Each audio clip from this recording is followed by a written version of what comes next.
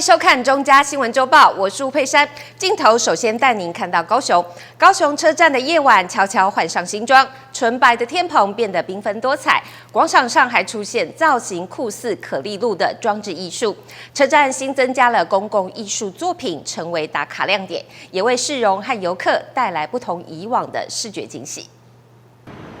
夜晚的高雄车站，原本洁白的云朵天棚，突然幻化成了色彩缤纷的云彩，地面上还多了6颗酷似可丽露造型的装置，让许多民众经过时都会驻足停留，拿出手机拍下这一瞬间。大家都表示，新车站开始出现新亮点，感觉相当不错。有真水，尤其迄款是迄粉桃红色迄款的，足水。有啦，你有水感，感觉有水掉了。我觉得上面那个会变色还不错。原来这是车站新设置的公共艺术染色彩，目前正在进行校讨当中。藉由下方6颗投影装置，为纯白的天棚增添全新的视觉变化，搭配上方一颗颗特殊造型的吊灯、挂灯笼，融合台湾的庙城色彩元素，让旅客来到车站时也能感受到台湾专属的文化气息。And our idea is to make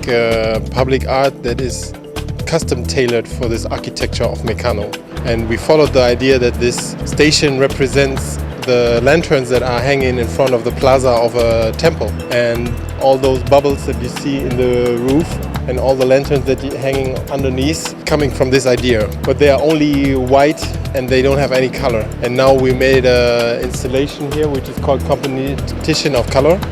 where all those canopies will be lit, all those bubbles will be lit in different colors and they will be animated. 那染色彩其实是对于我们在热带地方的一种色彩的礼赞，因为我们在热带光线打到物品上面反射出来的那个颜色是这么的精彩，这么的漂亮。那我们这一次用的就是用投影的这样子的一种艺术形式，然后希望说透过不一样的动态的一个影像，让大家能够从不同的角度来欣赏属于热带的颜色。高雄车站预定设置6件的公共艺术，而染色彩与挂灯笼都是率先亮相的2项作品，预计6月会调整完成。设计师也透露，后续4项作品也会陆续登场，邀请民众一同见证车站的新风貌。敬请期待，因为我们在6月底的时候会全部安装完毕，那到时候这边会让大家就是有地方可以休息，然后有地方能够来欣赏这样的艺术形式。这几天就是我们的合作的这些德国的艺术家，他们这几天每天都是工作到12点，那他们其实也要就是透过这个机会跟我们高雄的朋友说声谢谢，因为他们感受到非常热烈的欢迎，因为其实有非常多的民众都会过来跟我们聊天，就问说我们现在在干什么这样子，很新颖啊，而且整个画面会很美，很吸引人，会停下来看。高雄车站整体工程进入尾声，新设置的公共艺术不仅点亮城市空间，也为交通枢纽注入文化想象，成为旅途中令人期待的其中一站。记者孙军高雄报道。有民众发现，位在小港区沿海2路与茂大路口悬挂的指示牌与地面绘制标示不同调，右转车道却是禁止右转。虽然目前地面标示已经更改完成，但依然让人心生疑虑。议员也强调，将会加强督导，希望乱象降到最低。照片中路口指示牌上写着禁止右转，但向下一看，路面箭头明显就是右转道的标示。这样互相矛盾的画面就发生在大车众多的沿海2路与茂大街口。实际到达现场会发现路面上明显的修改痕迹，但这样的状况到底是怎么回事？这个是我们货柜车专用道2标的工程。那由于在那个茂大街跟沿海路交叉口这边的交通号志以及那个交通的指示牌面，它都已经先行换上正确的以后的永久路行的牌面，但是由于地面上的标线还没有去更改，所以我们在5月29号发现之后，我们就已经在5月30号的天气好的时候就已经把它已经涂销，然后只恢复成那个只准单行往前不能右转的那个标线。洲际货柜车专用道工程预计将于6月完工，沿海路上目前仍可看到许多三角锥以及施工人员忙碌的身影，但大大小小的交通事故频传，耗资问题更是让许多大小车辆无所适从。如今又发生路面标示与悬挂指示牌不同调的状况，虽然以最快的时间进行变更，但也不免让人担忧用路安全。沿海路是所有林园、小港还有到市区很重要的一个命脉啊，特别是在工业区里面，大车特别的多。那现况要做货柜专用道路，还有国七的路线的规划，陆陆续续在这几年当中一定非常的乱。我们其实应该更谴责新工处跟交通局在这样的一个协调过程当中，并都没有办法一致哈，是非常，他们应该马上来改善。那我们未来在这方面，我们也会严加督导，赶快让这些不管是在标志还有车道方面，赶快让我们民众有所适从，才不会造成更多的交通事故。议员也强调将会加强督导，把完工前的乱象降到最低，但详细要如何规划，还有待相关单位检讨改进。记者陈怡轩高雄报道。高雄国宾饭店判定为危楼，周边住户组成自救会，找来台南市土木技师工会完成第4方鉴定报告，强调国宾绝非危楼。高雄市政府则回复，先前台湾省结构技师工会已经做出明确鉴定，国宾 R 值为53.08分，一切合法合规。高雄国宾饭店危老重建案近期因耐震评估争议，自救会再度杠上高雄市政府。自救会找来台南市土木技师工会完成第4方鉴定报告，反驳此前高雄市政府委托的台湾省结构技师工会完成的报告，再加上忽略第4层弱轴柱的算法，才让国宾的 R 值暴增，符合危老。内政部国土署所公布的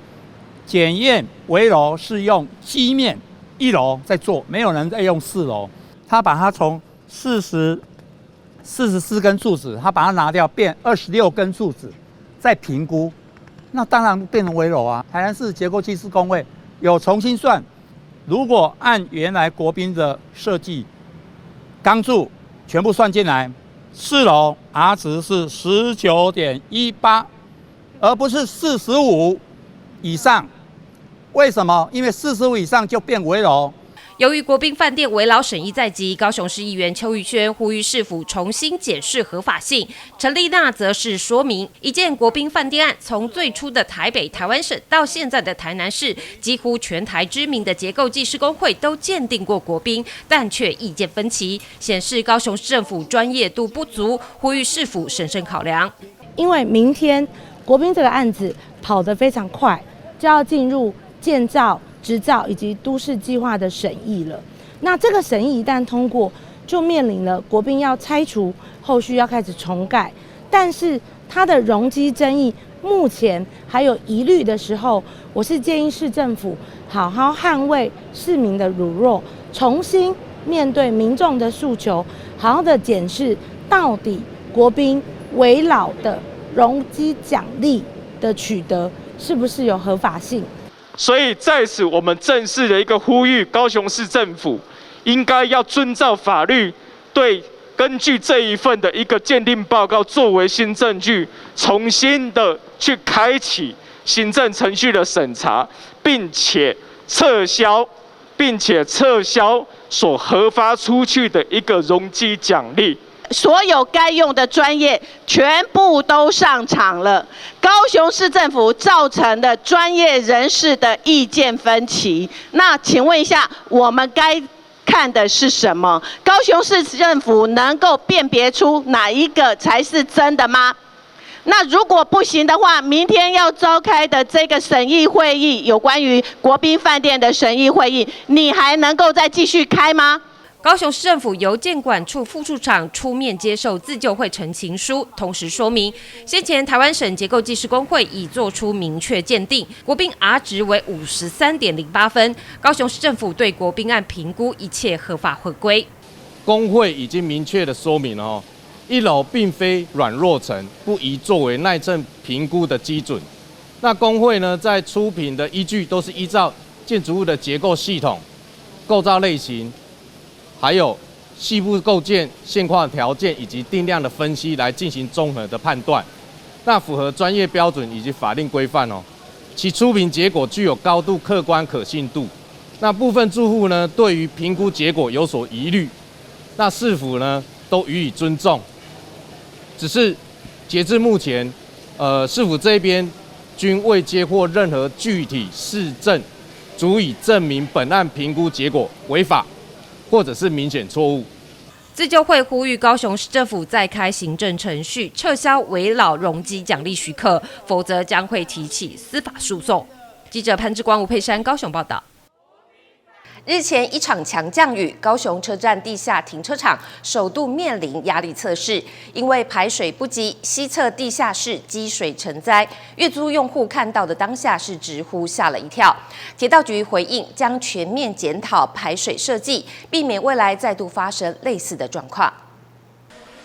工作人员正忙碌地拿起刷子进行清理，整个停车场的地面全都是积水。傍晚的一场好大雨，让高雄车站的西侧地下室淹进了大量雨水。想起昨日的景象，预租车位的民众都表示吓了一大跳。有啊，淹到这里脚踝。你在现场是不是？因为我大概6点多下来的时候，这边都淹水啊，很多工人在打扫，才刚新的而已，就马上淹水，有一点伤脑筋。是有点夸张，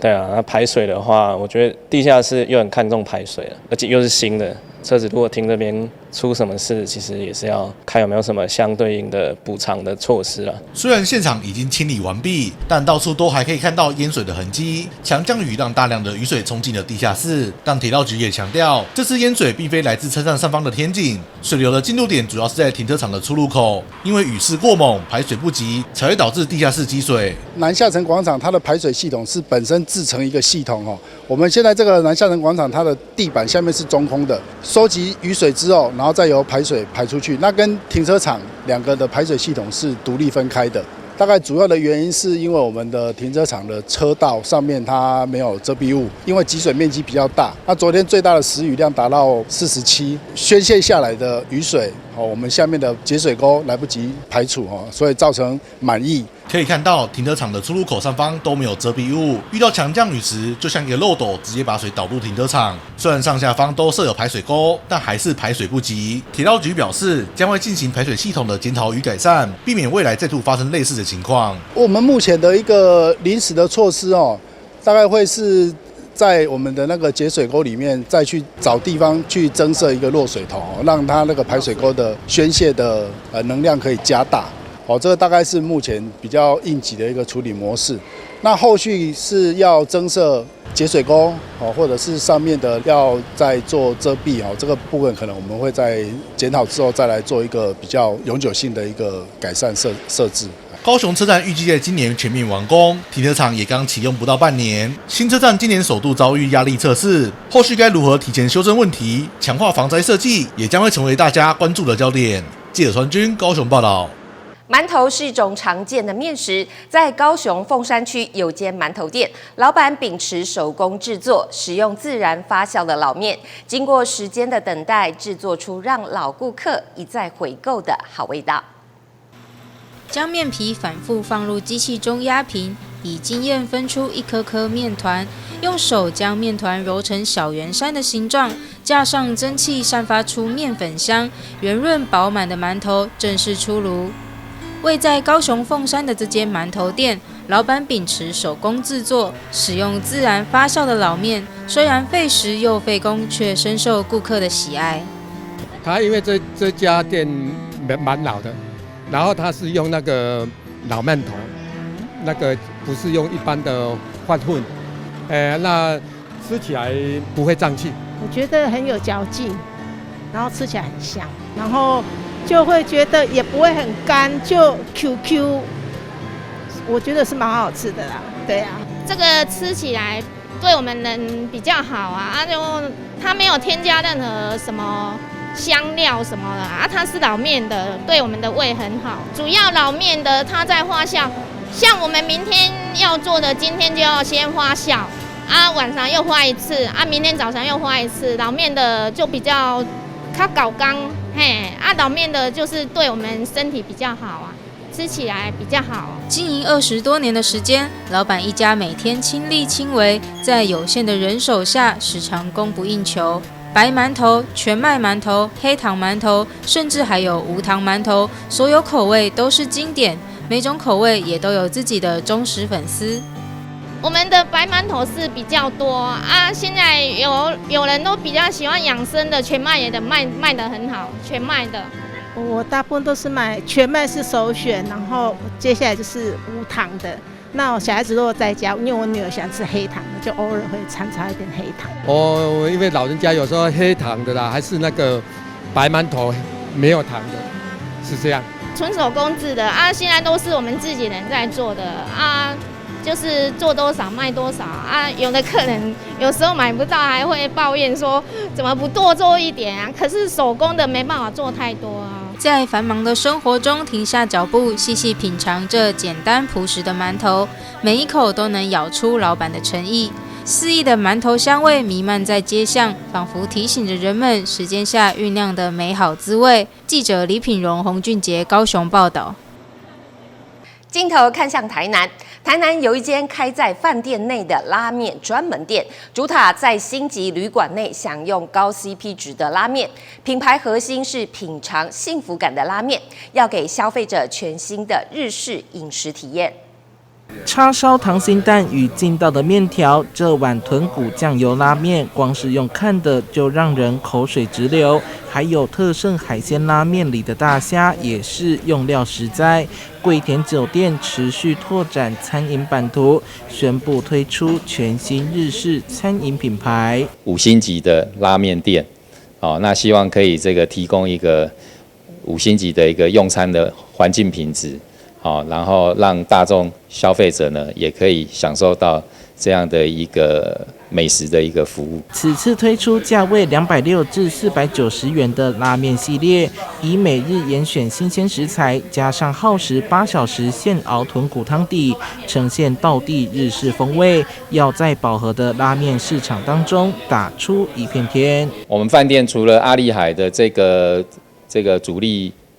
高单价的产品以外呢，我们希望在餐饮的市场呢，可以开拓不一样的消费者的一个族群。这也是为什么我们会把拉面店的平均单价呢，把它调整到符合大众的一个可以接受的一个范围。作为大台南地区首间开设在饭店内的拉面专门店，以鹤来命名，有幸福长寿之意，希望提供5星级环境、亲民价位的全新选择，吸引更多年轻客群。记者收怀台南报道。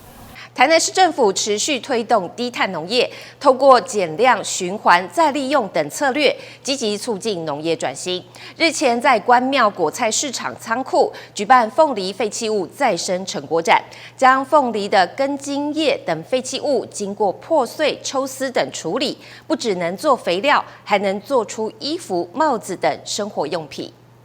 在传统凤梨种植过程，除果肉能吃，其他果皮、根、茎、叶等农业废弃物都是环保一大考验。现在有业者精益实业引进最新技术回收再利用，不止根茎可以破碎做肥料、猫砂等，就连凤梨叶子也能提炼凤梨纤维，成为天然纺织原料，可做衣服与帽子等。增加农民的农地的凤梨田的生产力，减少资源的弃置浪费及减少农药的使用。我们特别跟厂商合作，来引进最新的技术，能够把凤梨的叶子可以做成纤维，凤梨的根茎可以做成饲料，以及酵素的萃取。那至于凤梨的叶子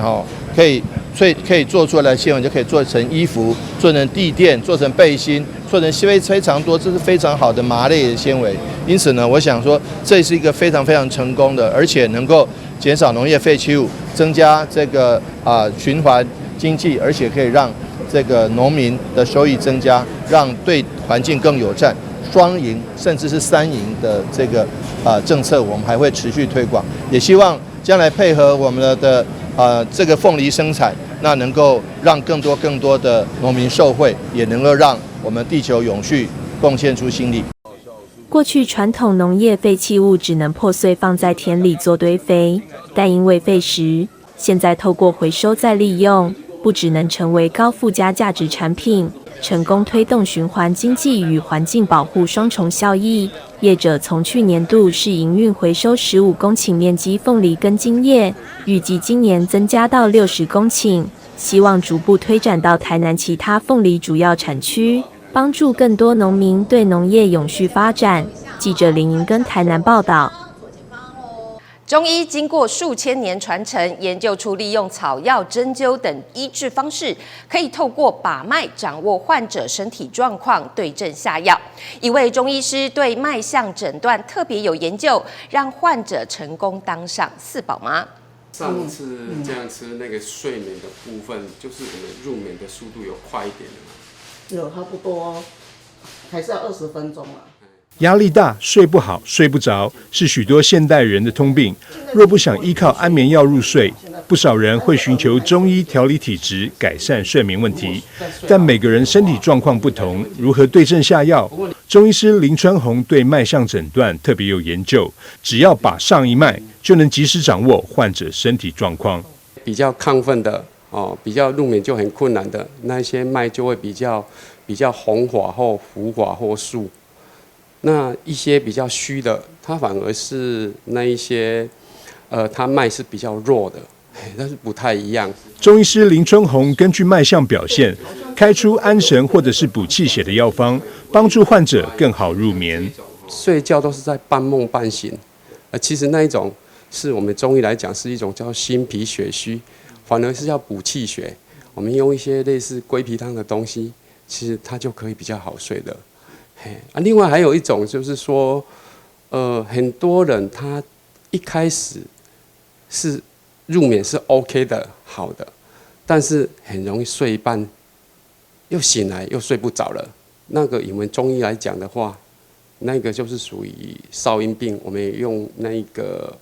类似中药的黄连阿胶汤，这样就可以帮助他调节。因为在我们中医来讲，就是讲究阴阳平衡。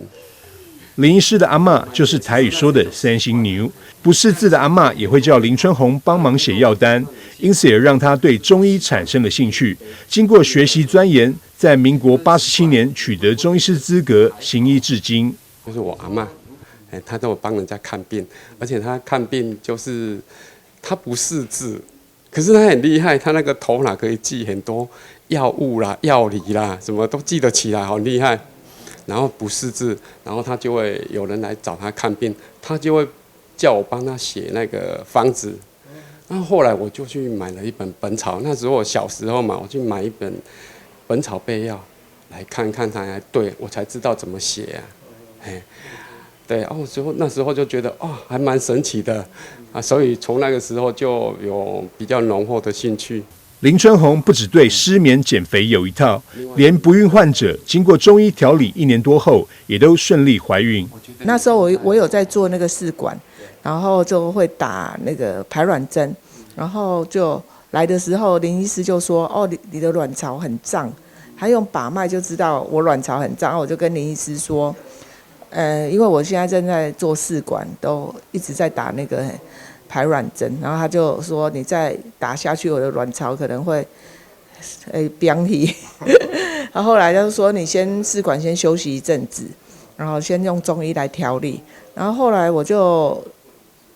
因为我试管已经做3、4次都没有成功，我就想说也差不多要休息一阵子。然后我调理了1年多，我就怀孕了。对，后来我后来就生了4个小孩，都不是做试管的。爱尔利集团董娘李怡如经过林医师的治疗，如今已是4宝妈。现在不管任何大小病，李怡如都会来到新善中医诊所看诊，照顾身体。台南新闻张硕维采访报道。台南市定古迹德记洋行经过1年的整修，再推新一档常设展，以安平1865洋潮来袭为主题，透过4大展区呈现安平作为贸易港口的发展历程，探索洋行社交文化与商业运作的幕后故事。安平1865洋潮来袭正式开展。德记洋行是1865年安平港开港通商之后，由英商所设立的贸易据点，目前仅存德记洋行跟东兴洋行。这回特别经过1年的修缮跟换展作业，重新开幕。洋潮来袭，那我们回顾安平商贸的一个黄金年代，在这个1865年之后的一个黄金年代，其实带来了非常多的外国的，包括使节，包括了贸易的代表，包括了商人，还有带来很多国际上面要来交换贸易的一些货物，其实让整个安平的一个贸易的一个热度一下子就热了起来。这次展览规划走贸易、居安平、启洋行跨时代4大展区，呈现安平作为贸易港口的发展历程，并探索洋行社交文化跟商业运作的幕后故事。特别的是，许多资料是取得英国国家档案馆、剑桥大学图书馆跟故宫授权，展出复制品，让民众了解当时19世纪台南作为国际贸易港的黄金年代，并见证100年前台湾茶叶、蔗糖等产业的发展跟历史渊源。记者寿怀台南采访报道。镜头转向新北桃园，全台大罢免如火如荼，其中桃园第1选区立委牛许婷为反击网络上的罢免谣言，5号下午来到桃园地检署按铃申告，认为此举触犯刑法毁谤罪以及选罢法，意图使人被罢免，严重影响自己的声誉，要造谣者和转发的网友负起法律责任。他说：“我们在尊爵饭店请陆配吃好料，我可以在此对天发誓，我牛许婷这辈子从来没有在尊爵饭店请过任何人吃饭。”桃园第1选区立委牛许婷在5号下午来到桃园地检署按铃申告，针对近来在社群网站脆上流传他宴请陆配团体在饭店吃大餐一事提告自清，认为此举触犯刑法诽谤罪以及选罢法第104条，传播不实之事，意图使被罢免人罢免案通过，严重影响自己的声誉，要求造谣者负起法律责任。他在文章里面是这样说的：“他说跟罢团的脆友友们。”要求他们听好，说桃园第1选区的牛，当然就是指我嘛，牛许婷，在尊爵饭店宴请陆配，跟他们的家属吃上好的料理，然后说宁愿请陆配在高级饭店吃好料，也不愿意怎么，然后就要意识形态搞什么填空卖台这些，我们就不在话下。但关键是最后面更可恶的是什么？说希望大家可以努力的帮我扩散嘛。希望大家帮忙转发，让更多人知道那只牛的行径。这篇文章有45个引述，78个转发，而且还在陆续的增加之中。这我想是越来越恶质了。这个我想李女士可能因为政治意识形态跟我不同，对我很多的不满意，她要怎么幻想那是她家的事。但是如果她把她的幻想在没有任何查证行为之下行诸文字，并且鼓励传播，那基本上就是非常非常清楚的公然造谣的这样的一个行为。那我很清楚啦，这样子的一个行为触犯了刑法310条第2项这个诽谤罪，也触犯了选罢法第104条意图使人被罢免，用不实之谣言这个影响公众或他人之利益者，这个我想都已经明确的踩到了法律的红线。秀出一张张社群截图，牛许婷表示，对方并不是第一次对自己抹黑造谣，然而这次在文末要求大家转传扩散的行为，让他决定不再隐忍，将对造谣者和转发的网友统统提告，认为罢免团体为了罢免他不择手段，让他深感遗憾，希望透过诉诸法律还给社会干净的风气。他其实在4月多的时候就说，这个高中补助、学费补助要被删除了，因为牛许婷跟着烂立委在立法院乱砍预算，说育儿的0到6岁育儿津贴也要被删掉。4月10号，类似的话也一样，就是说砍掉了学费补助，所以你要赶快用联署要把联署的分数冲高等等这样的话术，其实已经不是第一次了我们要强调的不是第一次了。那我想这个一味的姑息跟隐忍，显然并没有换得任何的尊重，也没有让选风恢复正常。这个昨天下午我们看到的这个文章就越来越无限上纲，而且非常的夸张。这样子的行为标准触法，我们一定提告。转发引述的人，我们也会通通提告。为了搞大罢免这些团体也好，志工也好，大概是失心疯了。从头到尾都要用恶意造谣的方式走到最后，这让人是非常遗憾的。这个我们现在越来越清楚为什么领衔人不敢出来公开辩论？因为所谓的大罢免，基本上从头到尾就是要让这群人用暗箭伤人的方式走完这一程嘛。那这样对民主真的是一个好的示范吗？这个我今天是怀揣非常沉重的心情，希望司法能够还这个社会一个公道。全台立委大罢免如火如荼进行，其中桃园6席立委有机会全数通过第2阶段联署门槛，迈入第3阶段罢免投票。因此，当前社会上罢免与反罢免的声音此起彼落，究竟该如何判断？考验选民智慧。记者赖伟一、刘玉婷桃园报道。小花曼泽兰是世界100大外来入侵种，繁殖力强，生长速度快，会缠绕威胁本土植物生存，有绿色杀手之称。桃园市政府每年都会举办收购活动，今年更是提前启动，并把收购价从每公斤5元调涨到8元。俗称绿癌的小花曼泽兰是世界100大外来入侵种，繁殖力强，生长速度快，会缠绕并威胁本土植物生存，有绿色杀手之称。每年10月是繁殖期，桃园市政府为了守护生态，每年都会举办收购活动，鼓励民众一起清除小花曼泽兰。今年更提前启动，并且把收购价从每公斤5元调涨到8元。小花曼泽兰呢也有做一个收购的计划哈，我们欢迎我们的民众朋友哈，那在自家周边哈有小花曼泽兰部分呢，可以直接把它来清除哈。那我们过去的收购价是5块哈，那我们今年特别呢，那涨幅了我们今年特别提升了60%哈，那就是每公斤8块来收购哈。那希望能突破过去我们每年能够收购超过3000吨以上的这个数量哈。小花曼泽兰的侵害会导致树木跟其他植物无法进行光合作用而枯死。小花曼泽兰是藤本植物，喜湿而且趋光性强，1天内可以生长2.7公分。无性繁殖能力极强，难以根除，用除草机还可能造成蔓延，只能人工刨除。因此，桃园市农业局希望大家能一起努力清除绿癌，保护环境。那尤其小花曼泽兰可以说是我们的绿癌哈。那树木在这个小花曼泽兰这个攀附之下呢，可能会造成它没有办法吸收到阳光的照射哈，造成我们的树木的枯萎哈。地球只有一个哈，我们也希望大家来举手之力哈，来维护我们的生态平衡哈。那所有收购到的所有大家清除的这个小花曼泽兰，也可以缴交到我们各区的公所，在11月底之前呢，送到我们的公所哈，每公斤我们就可以8块钱来收购。桃园市农业局每年都会举办小花曼泽兰清除收购计划，去年在大溪、龟山跟龙潭收购量就超过2800公斤。小花曼泽兰收购从即日起到11月30号，每周1、3、5可以到公所农经课办理。提醒民众，收购价格是每公斤8元，不足1公斤就不予计价。记者赖伟一头报道。中嘉宽屏与新北市凤鸣国中合作举办导演训练营，学生们展现创意与实力，透过影片关注环保议题，从剧情设计到剪辑制作，全部靠自己完成，让大家看到新世代对环境议题的独特观察与想象。新北市凤鸣国中与中嘉宽屏合作举办的 AI 导演训练营即将进入尾声。凤鸣国中的学生们陆续端出自己的作品，有人用生活情境告诉大家如何落实环保，也有人从生物的角度出发，探讨环境浩劫对动物造成的影响。每一部短片都展现出学生的用心与创意。同学蛮用心的，然后也上网找资料，然后整理出来，然后加了配乐，上了字卡、特效、动画。我觉得都做得蛮完整的。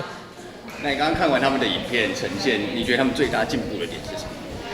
我觉得最大的进步应该是对于影片的节奏掌握都蛮到位的，就是它有快有慢，然后有起有落，不会很平铺直叙这样去讲一个故事。我觉得还蛮好的，比我想象中好很多。原本我也在想说，设定这些题目会不会太难啊？但没想到达成率大概有8、9成，我觉得比我想象中好很多。那这一次的话呢，真的是看到学生呢透过这个节能减碳这个主题呢，去发挥他们从不同角度呢去看这个议题的一个创意，而且呢是透过影音呈现的一个方式，我觉得这个是对他们未来的成长跟学习有非常大的一个注意。现场播放学生们的环保短片，风格大不同，有富含诗意的默片创作，也有学生用玩偶搭配自己的声音，诙谐地表达严肃的议题。台艺大讲师萧世生肯定学生们的表现，认为这样的训练营不仅提升了影像能力，也让同学们学会如何用创作参与公共议题。陪孩子们一起度过几天学习的师长，也对课堂上呈现的作品感到相当惊艳。老师教我们怎么制作，然后如果没有制作好，可以怎么修补，这样。那刚刚有看到其他同学作品，有没有？有，就是班上同学很多用那个人物啊、小人物啊，或者是配音啊，我觉得这个是我们自己在做的时候没有想到的，就是观看别人的影片就可以想到更多的，原来我们也可以这样做，对，很好的学习。我拍的话，就是我就是以说是先以新闻内容，然后再去用我们现实生活中你可能会去常做的事情，就是比如说水没关紧，然后电灯都不关的，然后再去说我们应该去把灯关紧啊，然后水不该开太大，然后要把它随手关好。从镜头掌握、画面叙事到后置剪接，学生们一手包办，展现出令人惊艳的成果。校方表示，未来将持续与各界合作，让更多学生用影像说话，把关心的议题拍成有影响力的作品。记者施凯文新北采访报道。你知道桃园龟山的好山好水是个非常适合酿酒的好地方吗？今天要来介绍位在龟山的3间在地酒厂，酒类各有特色，跟着镜头一起来了解。摊位前挤满了人，纷纷在销售员的建议下，适合不同款融合在地特色水果与茶的调酒。以一只穿着西装兔子作为 logo， 这家位在桃园龟山兔坑里的老酒厂，成功在近年以当地优良的冷泉酿造出获国际奖项肯定的台湾伏特加与琴酒。近年更以水果酒打入年轻市场，颇受好评。酒厂人员也介绍了自家产品特色。我们是云山酒厂，是在龟山兔坑村的一个酒厂。那以前是饲酿厂直接民营化的。那我们最大特色其实就是我们采用的是龟山冷泉，所以我们家的酒的味道呢都特别的甘甜，会有一种回甘的感觉。我们是全台湾第一家做伏特加起家的酒厂，也是目前唯一一家。那因为伏特加它重视的就是水质嘛，再就是我们运用了在地的台湾特色就是水果，所以我们有很多的水果酒，比如说梅子啊、荔枝啊、金桔、柠檬、桑葚，这些都是台湾特色的水果，还有草本，比如说新鲜的玫瑰花瓣做的玫瑰酒，还有茉莉绿茶做出来的茶酒。炎炎夏日，来杯清凉的啤酒最消暑。在大坪顶地区，有家由啤酒爱好者们共同组成的酒厂，因为想跟更多人来分享啤酒，便以简单纯粹为理念，酿制具有水果风味的3款艾尔啤酒。创业6年来，收获了1000则5星评论。我们现在我们主要有3款啤酒一款是黄金啤酒，那还有一款是琥珀金啤酒，还有一款是柠檬啤酒。那这3款啤酒呢，都是在台湾在地酿造的艾尔啤酒。对，那跟一般市售在超商买到的啤酒不太一样。对，那艾尔啤酒它的口味呢，它的风味都是比较层次多丰富，味道比较丰富。对，那像我们黄金啤酒呢，它就是会有一些蜂蜜啊、果香这样子比较特色的香气。那都是没有加人工的香料，那主要都是由大麦跟水酿造而成而已。说到龟山酒业，不可不提台湾烟酒公卖局设立的桃园酒厂。从绍兴酒转型酿造清酒与葡萄酒，团队也在近年努力钻研，开发出以花酵母来酿制清酒，更成功酿造出最高等级的纯米大吟酿，在品酒圈中收获不少好评。近来也准备参加国际比赛，期盼让大家看见台湾好酒。那他早期他的给桃园酒厂的任务，他做的是绍兴酒，所以绍兴酒原本也是酿造酒。对，那我们其实因为市场的转移，还有消费者喜好的改变啊，那所以就是利用现成的那些酿酒设备，从绍兴酒转型，然后开始做清酒，然后还有葡萄酒。那我们在今年有成功的制作出这一款叫做红毛杜鹃纯米大吟酿。团队呢到了合欢山上面去，然后去采集了这个红毛杜鹃花朵上面的酵母，也是想办法带回来，在实验室分离出来，那拿来用来酿酒。那除了这个之外呢，我们在精米的部分也做了很大的突破。我们把米去除掉外面的55%，只留下45%，就是最精华的部分。然后在低温的酿造下，做出这一款带有很明显的果香，然后喝起来它的甜感跟酸感都非常的平衡。桃园龟山区拥有好山好水，自古农业生产发达，更是个适合发展酿酒的好地方。因此，龟山区公所在今年也举办了啤酒音乐节活动，期盼借此让更多人了解龟山的在地好酒，行销特色产业。记者刘雨婷，桃园报道。接着看向台北基隆，迈入第10年的铁路便当节，日前在台北车站多功能展演厅热闹登场。开卖第1天就有铁道迷为了 JR 东日本新干线系列造型便当，清晨4点就到会场排队。此外，台铁全新推出的限量E500及 R200陶瓷便当，与铁路吉祥物铁路汉娜酱10岁生日纪念钢盒便当也排满长长人龙。会场首度公开台铁隐藏版便当，现在就透过镜头带您来了解。11点一到，排在队伍第一个的肖先生顺利买到台铁限量推出的E500造型陶瓷便当。住在淡水，凌晨5点就到台北车站排队，连续4年参加的肖先生直呼很值得。我今天早上是4点50的时候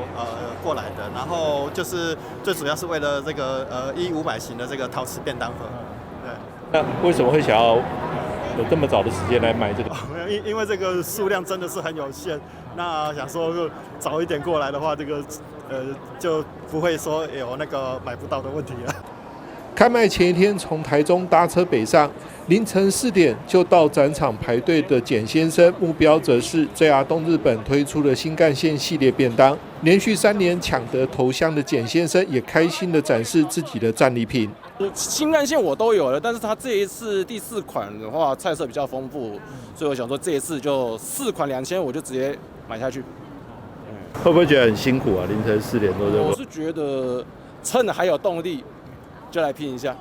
为了庆祝铁路便当节迈入10周年，台铁方面推出12款全新便当，其中搭配和牛等奢华食材的E500与 R200造型陶瓷便当盒，以及铁路吉祥物铁路汉娜酱10岁生日纪念钢盒便当最受欢迎。2款陶瓷便当每日各限量50组，今年更是最后1年贩售，明年就看不到了，因此也掀起抢购潮。有2款的陶瓷便当，那第一款呢就是E500造型的和牛海味珍宝盒，那另外一款是 R200的10组满意的陶瓷餐盒，另外还有一款呢就是针对这一次第10届，也是铁路汉娜奖的10岁生日，特别制作的10岁生日的钢盒。那钢盒的盒盖上面呢都有铁路汉娜的非常可爱的图案，那还有同款造型的餐具组跟环保袋，那一组是699元，非常值得收藏。2019年即开始参加铁路便当节的 JR 东日本台湾事业开发处方面，今年配合10周年，特别从原本的2款增加为3款新干线系列便当。另外，更与台湾信业方面合作，推出以福岛为主题的惠金山信誉善便当。那今年最大的特色的话，就是当然我们是有新干线的便当的贩售。那往年的话都是贩卖2款，那今年我们特别增加成3款的新干线便当。我们今年还有一个比较大的特色，就除了新干线便当以外，也有制作一款跟兴业日本料理合作的一款以福岛为主题的一款特色的一个惠金山信誉善的便当。那我们有就是把一些所有的一些福岛的食材，然后做一些调整。那也希望在这边呢来到这里的客人，他可以享受到就是说便当，然后在车上享用的一个那个 AK 边的感觉这样。另外，台铁隐藏版便当也正式揭晓，其中台北队的是10岁怀旧东坡风味便当，又厚又香的东坡肉让人惊艳，只在6月6号到6月9号的活动期间贩售。台北队呢就是推出这一款10岁怀旧东坡风味便当，那里面的东坡肉呢厚度非常的厚，只有在便当节期间才买得到。第10届铁路便当节共吸引国内外超过50家品牌与单位参与，现场规划5大主题展区，包括台铁便当店、美味直送专区、铁路汉娜奖主题餐厅、互动体验区及10周年主题蛋糕装置艺术。身兼台铁董事长的交通部次长伍胜元表示，10年来铁路便当节不只将台铁便当从车厢餐饮升级为国人共同的文化记忆，也希望透过这些丰富的活动内容，让民众在品味美食的同时，也能体会铁道文化。走过这个10个年头，不只是活动一个延续，更象征着台铁公司持续的把便当从车厢的餐饮升级为文化记忆里面的一个历程。今年适逢10周年，台铁精心规划了很多的内容，还有丰富的活动，让民众在品味美食的同时，也可以体会到铁道文化。台铁方面表示，今年铁路便当节高雄场加上台北场，预估可吸引超过50万人次参与。业绩目标希望可以比去年成长10%，达到1200万元营业额。4天的活动，除了美味便当，还有联名商品及限定文创品，欢迎国内外游客把握时间到台北车站体验味觉与创意交织的感官盛宴。记者张启腾台北报道。台流国际帆船赛9号在基隆碧沙渔港登场，共有31艘帆船，14国近300位的选手参赛。日本冲绳县宫古岛市长与基隆市副市长、民政处长、立委林佩祥等人都亲自登船参加启航仪式。基隆市府产发处推出多项活动，让民众一起体验山海城市的独特魅力。未来海面上31艘帆船陆续向前航行，相当壮观。台流国际帆船赛星期天上午在基隆登场，难得好天气，不少民众都来观赏。在那个海上竞赛那种感觉很特殊，然后又可以看到就是有山啊有海啊，然后有很彩色的帆船这样子。他今天还特别带望远镜，就是要看那些船比赛，对不对？很棒的一件事。怎么说？因为难得有这个1年1度的那个帆船比赛。所以你特别来拍的几乎每年都会来看的。日本宫古岛市长加速登前一天拜会市长谢国良之后，周日也在副市长邱佩玲、民政处长吕庆伟、立委林佩祥、基隆区议会理事长简建辉、总干事陈文清等人陪同下，亲自搭上帆船为活动鸣枪起跑。今年1月才上任市长，那第一次就是第一个拜访的姐妹市就是基隆，因为基隆最近哈，他的大家的那个盛情欢迎哈，他很高兴。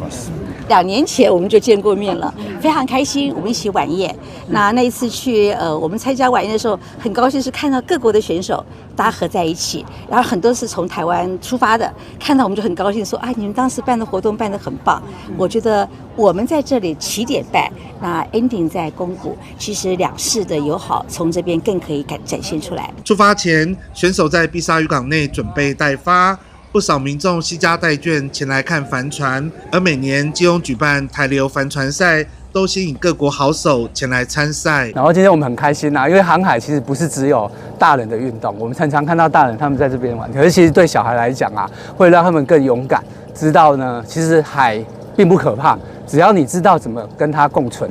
利用风，其实你可以到达这个世界的任何一个地方。特别我们台湾其实它不是一个小岛，其实它是连接到世界每一个地方，所以呢，他们玩起来就很开心。来，把我们的 logo 露出来，来，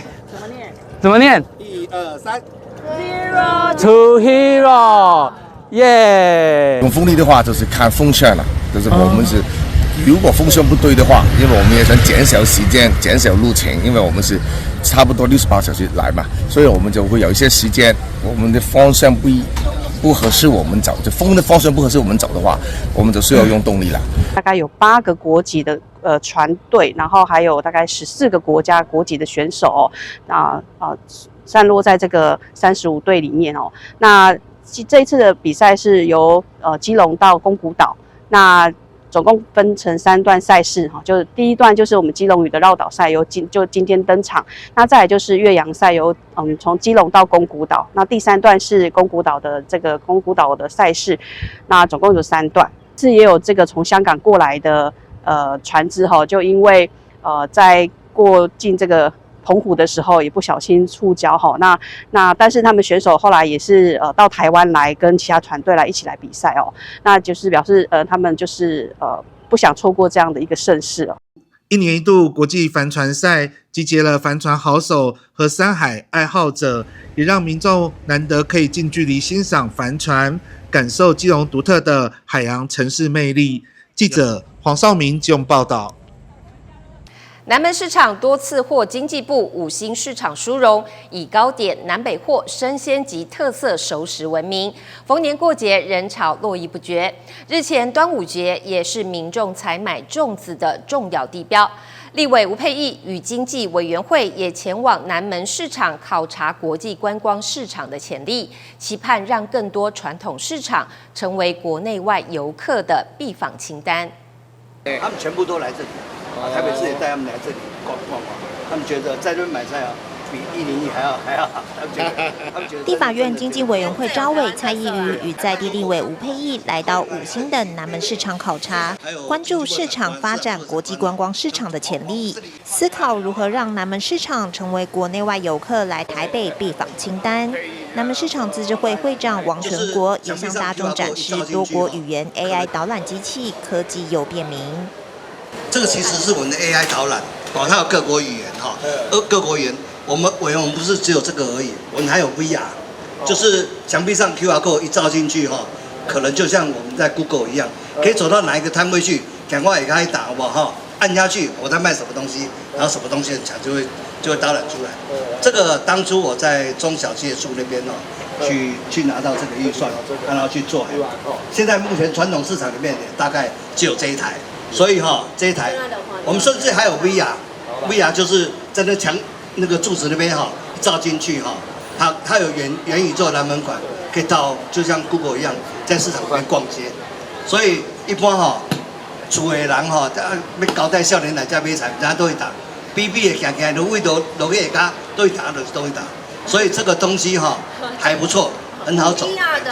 VR 的。最近因为立法院研会嘛，所以我们各委员会都有很多考察市政的机会。那上礼拜因为端午节，就是我自己也跟着会长来南门市场晃了一圈，那看到很多的国际游客的人潮，所以当时我们就在讨论说，南门市场是我们经济部的5星市级，已经是模范等级的。那我们希望未来可以去推广国际观光市场，把菜市场也当成台湾的特色观光景点这一个模式，希望可以跟经济部来讨论，也跟立法院的经济委员会来讨论提案，然后未来希望有一个辅导的计划，能够推广到全国。那今天是经济委员会的考察行程，那因为沛忆委员呢，从大概2个礼拜前就一直在跟我说，希望我安排一个考察行程，主要来针对今天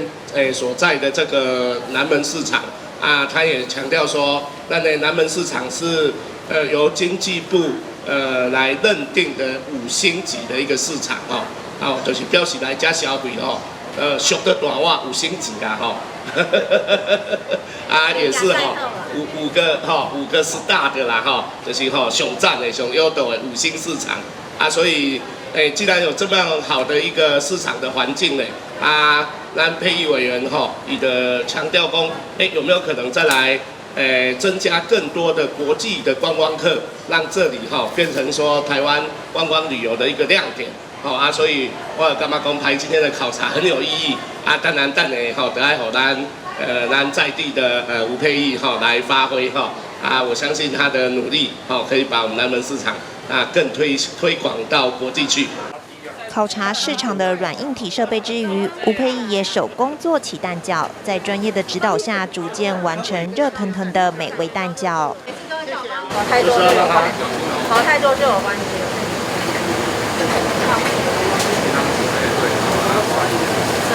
有一点像鸡蛋糕。一直在帮我旁白。那你看这样弄出来了。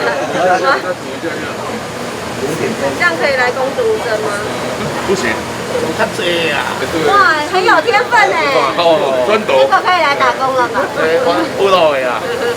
你会使去嘉义。真的。哇，你位无做，我就要来做这道啊！生意我抢了。你是不是在嘉义有偷练啊？技术很好哎！你看安尼。那个，OK，可以吗？可以。帮合作。我负责帮大家买外送。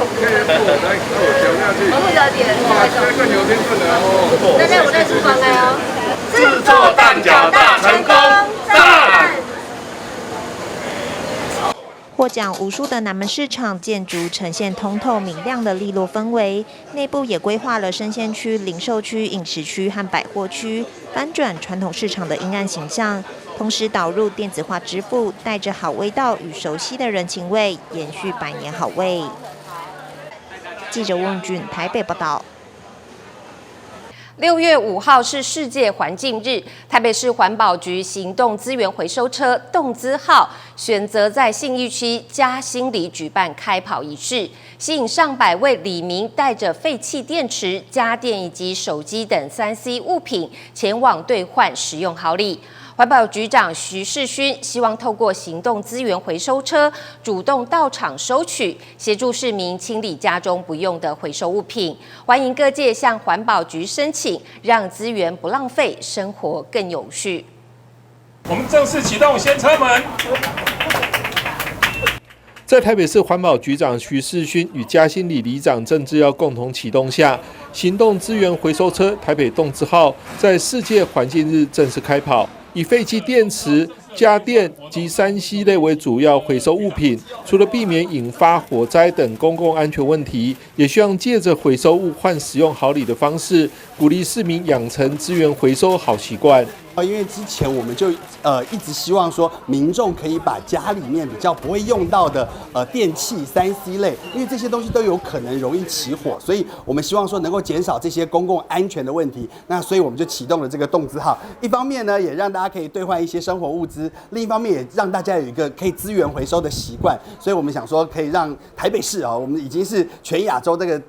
资源回收算做得很不错的城市，但我们更希望大家这个慢慢更养成习惯。特别的，这项活动也吸引上百位嘉兴里民，在绵绵细雨中带着大批电池、还有电风扇、手机、电脑萤幕、键盘等回收物品前来兑换卫生纸、专用垃圾袋及洗碗机。作为首发站，嘉兴里里长郑志耀还加码赠送粽子给里民，感谢里民共襄盛举。那嘉兴里今天很高兴的荣幸作为第一站开炮的首航。那我想说，台北市政府环保局现在呢，原本暂停了这个多彩多姿的这个社区的资源回收活动，但是现在又启动了这个动资号，实际让这个行动的资源回收走入社区，这是一个很好的活动。那尤其现在所推行的是回收一般垃圾车不会回收的东西，例如小家电、资讯用品和废电池。那这些东西其实放在家里也都是一个很麻烦，甚至废电池是会有危险的东西。所以说，我们真的很高兴环保局愿意让我们里办做登记，然后走入社区来，例如说可以每个月来进行这样的一次回收。不仅是对民众方便，也是对于家里的一种安全。希望呢，环保局可以多多办理这样的一个活动。能够清理家中不用的家电与手机等3C 物品，还能换回卫生纸、垃圾袋等实用商品，也让嘉兴里民直呼很有意义。准备了电锅，还有电磁炉。对，很好，就觉得不会浪费啊，搞不好他们回收可能还能再利用，也不一定。资源回收才不会把东西不好的东西留在那个环境啊，这样才好啊。那你今天带了哪些东西来这边换？我看你好像带是全场最多我带了，都自信的啦，还有电池，还有家电嘛。来，这个也是对。环保局长徐世勋表示，台北市资源回收率已经是全台第一，期盼透过这一次与全市465个里的合作，让行动资源回收车深入社区，提升废弃家电与3C 物品的回收量。一开始我们当然是希望说各个里他们如果愿意一起来做，因为像本来台北市的资源回收率67%已经是全台湾最好，那在亚洲也是排名数1数2。但是我们更希望说能够让民众真的会觉得，很多家电平常大家比较不习惯拿到线上来丢，所以我们希望说，一方面是让这个收回来的家电量可以更多，那另一方面也希望我们台北市456个里，那有些里呢，他们可能过去比较少做这部分的资源回收的。等于说交换活动，那未来我们希望说可以更多的里一起参与。这一次动资号出任务，总计回收了电视、电锅等120件家电，各款手机30只，电脑、平板等100件资讯物品及高达5000颗废弃电池，成果丰硕。接下来动资号将前往更多里、社区、机关及学校，欢迎各界踊跃申请，一起用行动守护环境，实践永续生活。记者张启腾台北报道。以上是今天的中嘉新闻周报，感谢各位观众的收看，我是吴佩珊，我们下次再会。